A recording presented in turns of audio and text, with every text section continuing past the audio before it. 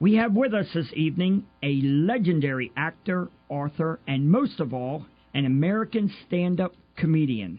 Began his career on national TV, has been making people laugh ever since. We want to welcome to our show Mr. David Brenner. Well, thank you. Thank you very much. Nice introduction. Oh, I'm telling you, it's so awesome to hear you. Hey, gang, guess what? I'm talking to David Brenner. Hey, this is great. No, oh man, we've watched you as we grew up, and you are awesome. And we have so much stuff going on here. I see that you're starting to right now. David, tell us about your most recent comedy trip you're on, Leave 'Em Laughing tour. Yeah, well, what I've done, I've been in comedy now. This is my 40th year in doing stand-up. And I thought I'd celebrate it, but no one cares, you know. Even my own kids don't care. So, I've been doing comedy for 40 years. That's great, Dad. I'll see you later. Go on a movie. So I thought, well, no one cares. Why would anyone care? I don't care if someone's done something for 40 years. What do I care? So, but I wanted to celebrate it some way. And I thought, well, maybe I'll do a night, a show. I don't know.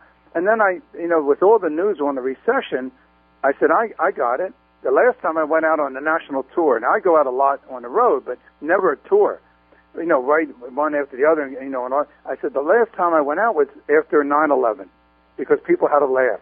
I said, now people have to laugh again. This is comparable to it in a sense. It's a global economic recession. So I decided to go out and convince people that laughter is the fourth necessity. After clothing and shelter and food, laughter. You can get through the bad times if you can laugh. If you can't laugh, it's like a stoppage. It clogs you up, and you can't deal with the problems, whether they're little problems, they're big problems. You gotta laugh. So I put together a show, Leave 'Em Laughing, and the show consists of it's a story of my life from my birth. I always in the ad it has from my birth up until about 5 minutes ago. What I do is I paint my life, a portrait of my life. But instead of painting it with paint, I paint it with the best jokes, the best routines, the best stuff I've done for 40 years. Plus, I always ad-lib. There'll be new stuff in it. And it's a 90-minute show, and I'm launching it right now in May 15th and 16th, Friday and Saturday in Philadelphia in the Prince Music Theater. And I'm going to try and take it all around the country because I was born in Philly. I'm going to try to take it around all over the country and end up where my comedy career was born, and that's New York City. That's my plan. Well, that is great. Well, David, this is Joe Cook from the Pepper Paul Show. It's a pleasure to talk with you. Thank you. Now, again, like you pointed out, you're from Philadelphia. What is it like for you performing in Philly compared to other cities that you go to? And I know you've been all over. Well, I got to pay off a lot of guys I owe money, which is a pain. That's the worst part about it. No, what it is, a homecoming is always strange. A homecoming, when you walk around a city where you were born and raised, especially if it's the rough, you came from the rough section, you hear echoes that are good and you hear echoes that are bad. You see things that make you feel good or nostalgic or happy, and then you see places that make you recall bad things that happened. So it's a real mixture.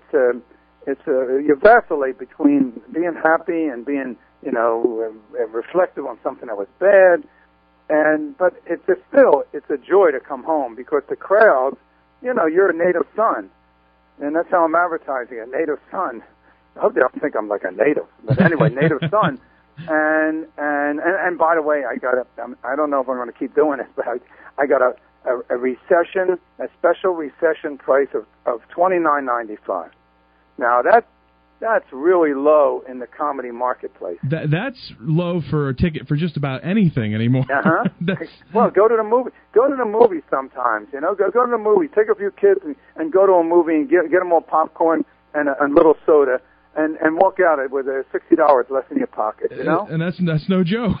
No, seriously, yeah. My wife and I go out for a movie one night, and we for us to if we get a popcorn and a couple sodas, we're out $30 easy. Yeah, easy. So so for them to come to see me and have 90 minutes of laughter for a nickel less than $30 is I think a good bargain. That's my recession contribution. And it's going to be awesome, I'm sure.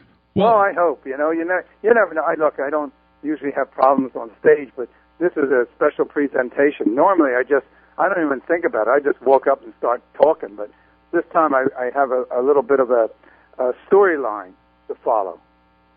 But I'll deviate from it. I always do.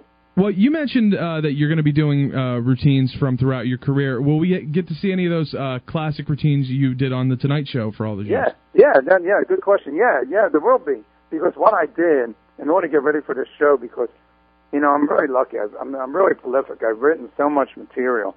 And in order to remember a lot of it, I didn't repeat too much when I was doing all that television. So I had to go look at it. I hate to watch myself. I just hate it. I just see all the mistakes but anyway, so I have a vault. I'm serious. A vault filled with DVDs of all the appearances on Griffin and Carson and Douglas and David Frost and Letterman and Conan and all that stuff and Bill Maher and all. And I start screening it, and I start breaking it down, writing down little notes down of routines or jokes that I thought, these are the best ones.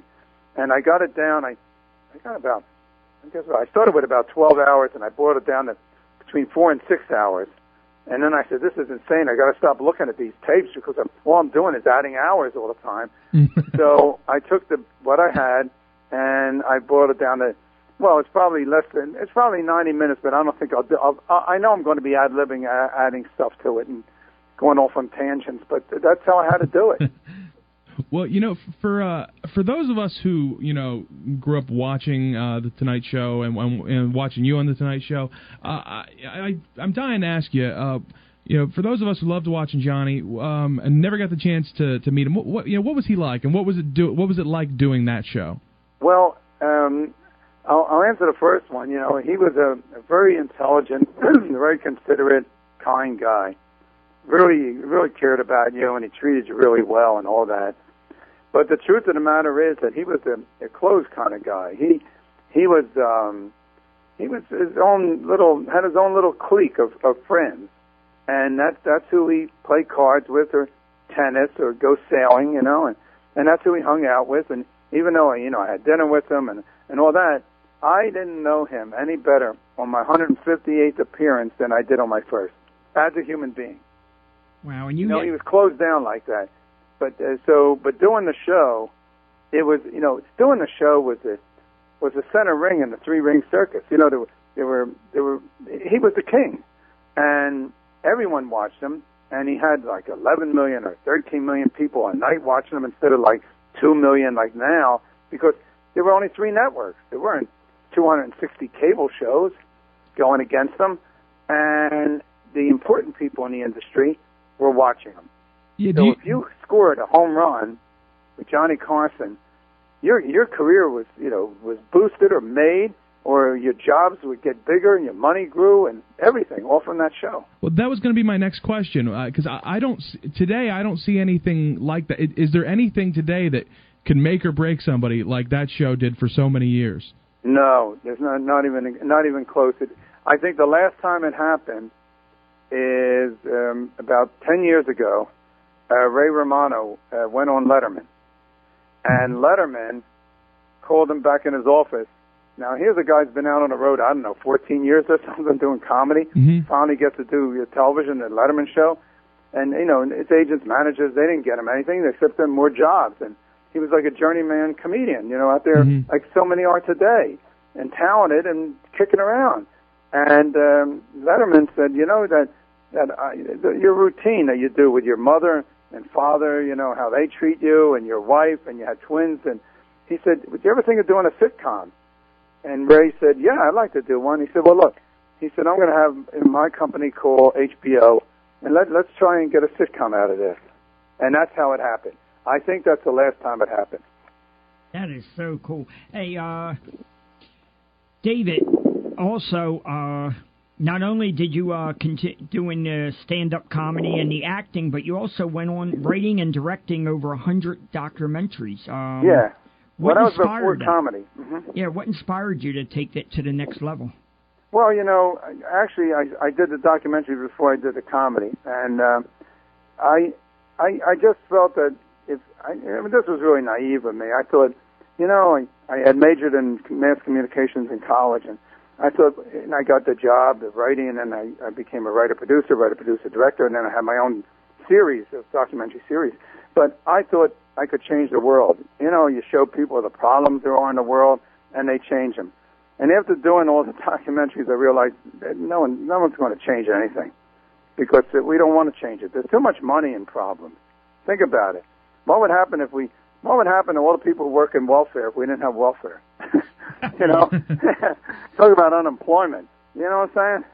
We say that all the time. I stopped that, and I started comedy as a goof. I was just goofing off for a year. That's all. Well, it's been a great long run for all of us, because we all enjoyed listening to you and watching you on TV and laugh every time that we see you. Tell us about the several books that you have written over the years, like Soft Pretzels with Mustard and... Yeah, right. Well, that was the first one, and that was a book. It's a lot of anecdotes and all, and it was a bestseller. It really did very well, and the comedians weren't writing books at that time, so it's really about, I guess it's autobiographical in nature, because it's all these small stories and anecdotes about growing up and everything in my life, you know. And then I wrote a second one, Nobody Ever Sees You Eat Tuna Fish, which was similar, very similar, different stories, of course. And then I did one, Exercises, Revenge is the Best Exercise, which was a spoof of all the celebrities who were coming out with exercise books. So I did a pictorial one. It was very funny. And then I wrote one, If God Wanted Us to Travel, ... And that was a very funny book about travel experience, because I traveled about 2/3 of the world. I sail. I used to sail a lot all the time, and I cruise, and so I wrote this book about travel. And then the last one was, I Think There's a Terrorist in My Soup, and that was after the 9/11, you know, when that came down. So, and I don't think I'm going to write another one. I don't like writing books. You know what I like? I get an idea for a book, and I get excited about it. And I think, I get this idea. This will be a great book. And I call my literary agent, and we go up to a publisher, and I pitch the idea, you know, and this is why I think it would be great, and I'll do this, and da-da-da-da. And then he says, I love it. Publisher says, I love it. We'll publish it, and we'll get a contract. We'll send you the contract, and you got a deal. Okay, great. And then I walk out of the building. I say to her, oh, my God, now I got to write a book. You know, I just want somebody to say, that's a great idea, and then let me alone. Leave me alone. Here we go again. Yeah, right. Oh, God, another book. I don't think that. 5 is enough. 5 is enough. Oh, it's great. Well, David, we want to just thank you so much for taking a few moments of your time. Sure. And we want to wish you the best of luck as you go out on the road again. Before you go, could we ask you a favor, and could you do a promo for us for the station? Yeah, sure. Okay. How you doing? This is David Brenner. You know, whenever I'm back east, I listen to the Pepper Paul Show on WVLT 92.1. Problem is, I hardly ever get back here. Oh, that's great. Thank you so much. Oh, no, you're welcome. You're welcome. Thanks for the time on the air. Oh, and best of luck again for Leaving Them Laughing tour, and you always do, and you always will. So all right, thanks a lot, guys. Take care, David. It's been a pleasure. Keep laughing. Thanks. Thank you. Bye-bye. Bye now. Bye.